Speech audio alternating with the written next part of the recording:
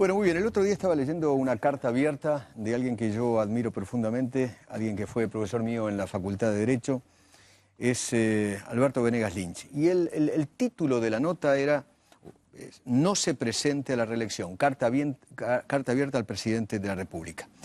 ¿Qué tal? ¿Cómo le va? ¿Qué tal? ¿Cómo está? Qué gusto volver a verlo. Un gran gusto. ¿Cómo le va? Gracias por la invitación. ¿Por qué le dice al presidente en esa carta abierta que no se presente a la reelección? Bueno, yo creo que, dada la situación que es del dominio público, me parece que hubiera sido un gesto para que absorba la opinión pública y comprenda que el presidente no tiene un minuto de tiempo ni energía para dedicarse a campañas electorales y tiene que resolver lo que está ocurriendo en estos momentos en muy diversos flancos. Yo recién mostraba justamente, están en campaña, están haciendo timbreo, Claro. como si fuera una campaña electoral, Claro. en el medio de esta situación. Sí.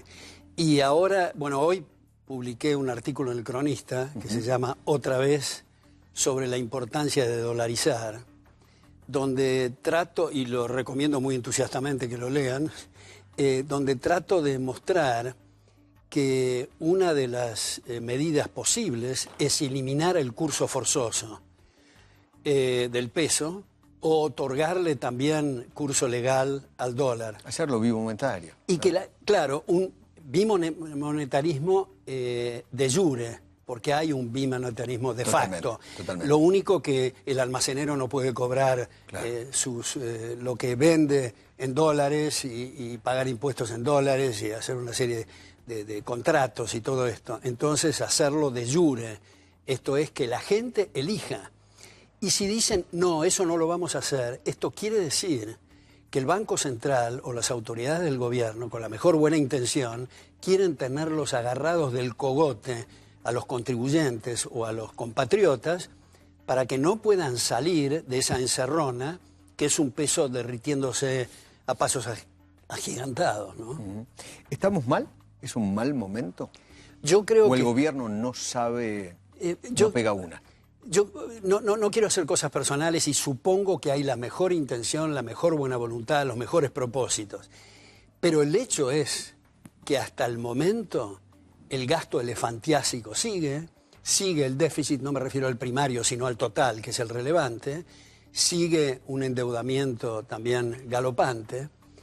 Y yo creo que también con las mejores intenciones el comienzo de todo esto con el bailecito, con la banda presidencial en la Casa Rosada, eso no es para un gobierno republicano.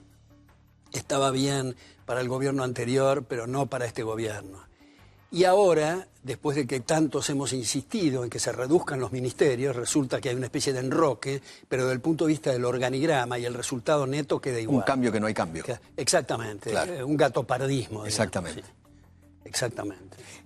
¿Cómo cree usted que debería reordenar el gobierno el presidente? Si Bueno, usted tuviera que hacerle una sugerencia. Bueno, son muchísimas las sugerencias, pero una que haría con respecto al gasto público, y hay un economista, seguramente lo conoce, Iván Carrino, que está haciendo una tesis doctoral en España sobre este tema, y es hacer una ingeniería con respecto al tema jubilatorio. Porque este llamado sistema de seguridad social es en realidad un sistema altamente de inseguridad antisocial, es una estafa monstruosa desde que se establecieron los aportes obligatorios. Ahora, ¿cuál es el razonamiento de esto? El razonamiento es, bueno, es que si no los obligamos a aportar, se van a ir a emborrachar al bar de la esquina, no van a prever su vejez.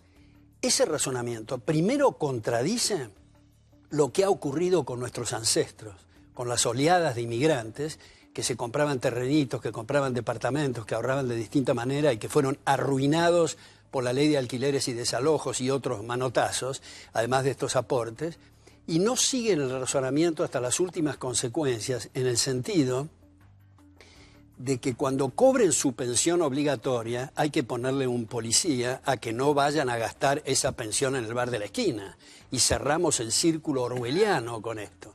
Entonces, me parece que una ingeniería muy importante es permitir que la gente con el fruto de su trabajo haga lo que le dé la gana.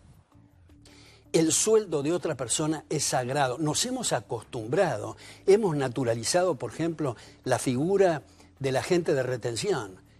Los empresarios por ley tienen que retener y la gente que va a cobrar, hay una diferencia entre el neto y el bruto, con una serie de siglas que no entiende, ni se detiene a saber de qué se trata, el hecho es que le están metiendo la mano en el bolsillo. No vaya a ser que aporten en otro lado.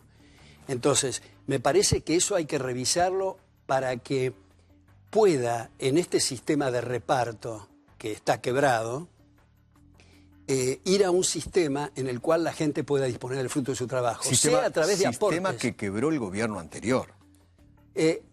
Quebró el gobierno anterior, pero lo vienen quebrando desde que se estableció en los años finales de los años 40, ¿no? Porque claro, el tema es primero el golpe de Estado del 30, el golpe fascista.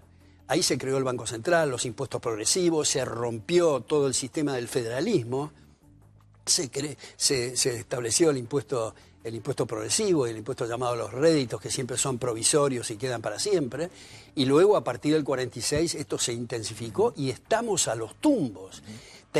Yo no pretendo que sean un Roca, que sean un Alvear o un Carlos Pellegrini, pero digamos tomar medidas mínimas y darse cuenta que no es un tema de solamente hacer la plancha, ¿no? Entonces, hay temas que son sintomáticos y que no significan mucho del gasto público, pero por ejemplo Telam. Yo veo que hay muchos periodistas y muchos medios de comunicación que alardean de periodismo independiente, pero les gusta recibir la pauta oficial, o sea que coactivamente le financia la publicidad a otro. Entonces, yo tuve un debate, no voy a mencionar con quién, con un medio muy conocido hace poco, una muy buena persona, que me decía, bueno, pero es injusto cómo distribuye el gobierno la pauta en el gobierno anterior. Y yo decía, el tema no es la distribución de la pauta, sino eliminar Telam.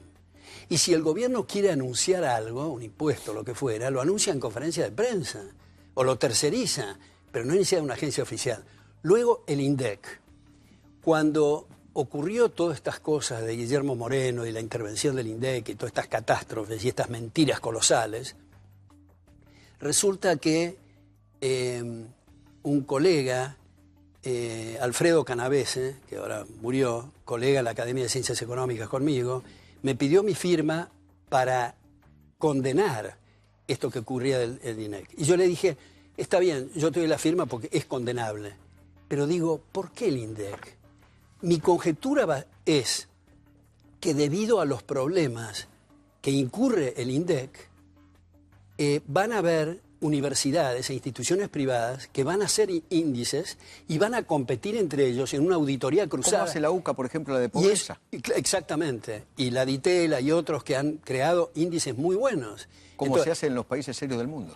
Entonces, hay cosas que son simbólicas y otras cosas que son de fondo, pero me parece que las dos hay que tomar. Claro. Doctor, anunciaron presupuesto equilibrado. ¿Qué tal, Guillermo, primero? ¿Cómo le va? Un gusto. Un gusto y gracias por venir. Anunciaron presupuesto equilibrado, se viene el acuerdo con el fondo, pero lo veo que aún es muy escéptico de todo lo que se viene. ¿Es así? Es que no es cierto que sea un presupuesto equilibrado. En realidad lo que se apunta es al déficit primario cero, es decir, excluidos los intereses. Obviamente. Y lo que importa es el resultado neto, el resultado total, digamos. De todo el gasto. Del presupuesto. Y además, ya que Guillermo hace esta pregunta tan importante, yo subrayaría que el fondo es un problema. Porque ¿qué es el fondo? Es una institución que financia gobiernos fallidos, que cuando el gobierno está por renunciar o rectificar sus políticas, llega al Fondo Monetario con carradas de dólares a baja tasa de interés, con periodos de gracia y waivers y demás, que lo salvan en África, en la Argentina, en México, en Turquía y demás. Hay premios Nobel en economía como James Buchanan, por ejemplo, que han sugerido la liquidación del fondo. ¿Cómo se financia el fondo? Coactivamente con recursos detraídos de los contribuyentes de distintos países. Inclusive de la República Argentina, nosotros somos aportantes. Exactamente. Tenemos una pequeña cuota. Exactamente. Doctor, ¿dónde ubicaría usted, si pudiera hacer alguna... Saludos, Luis. ¿Cómo le va? Una graduación, ¿no? Si se pudiera graduar, ¿dónde lo categoriza al gobierno del presidente Macri? Si alguien de afuera le pregunta, ¿y Macri finalmente qué es? Porque acá se lo tiene como un gran liberal. Como liberal. De derecha. Sí, yo creo que no tiene ni el más pálido reflejo de lo que significa el liberalismo. El liberalismo, básicamente, la mejor definición que yo encuentro del liberalismo es el respeto irrestricto a los proyectos de vida de otros. Entonces hay una serie de cosas, por ejemplo, una cosa que le sugeriría al gobierno es cortar por la mitad el poder legislativo en cantidad de representantes y que sean todos ad honorem, como en realidad es una de la etimología de donde viene la palabra también de honor, pero viene de ad honorem. En la República de Venecia eran, por ejemplo, ad honorem. No va a ocurrir. Y entonces la gente va a decir, o algunos van a decir, bueno, no, pero entonces hay conflictos de intereses. Por supuesto que hay conflictos de intereses si legislamos para todo el tiempo, el día de la mandarina y otras sandeces. Pero si nos dedicamos solamente al Estado de Derecho y solo a proteger derechos, no hay ningún conflicto de intereses. Entonces eso es... Ahora, ¿cómo lo calificaría yo? Bueno, mi amigo José Luis Espert lo define como cristinismo de buenos modales. Bueno, yo creo que los que están en el gobierno, hasta donde mis elementos de juicio alcanzan, son buenas personas y, como decíamos antes, bien intencionadas, en fin, pero eso no es ni remotamente suficiente. No alcanza. No alcanza. Doctor, le agradezco mucho. Muchas gracias por la Espero que no sea invitación. la última vez que viene. Le agradezco muchísimo. Señores, hacemos una breve pausa y ya venimos.